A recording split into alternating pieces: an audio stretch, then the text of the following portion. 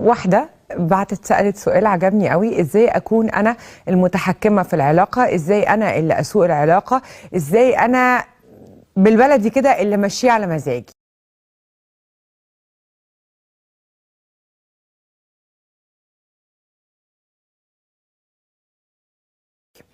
نمرة واحد، بسم الله الرحمن الرحيم. الراجل صياد، الراجل صياد، الراجل صياد.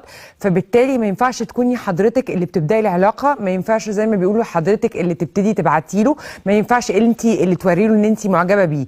الراجل لازم يحس انه بيخطط وانه بيظبط الدنيا وانه وصل وما وصلش قوي. اتنين، احط حدود ما بيني وما بينه.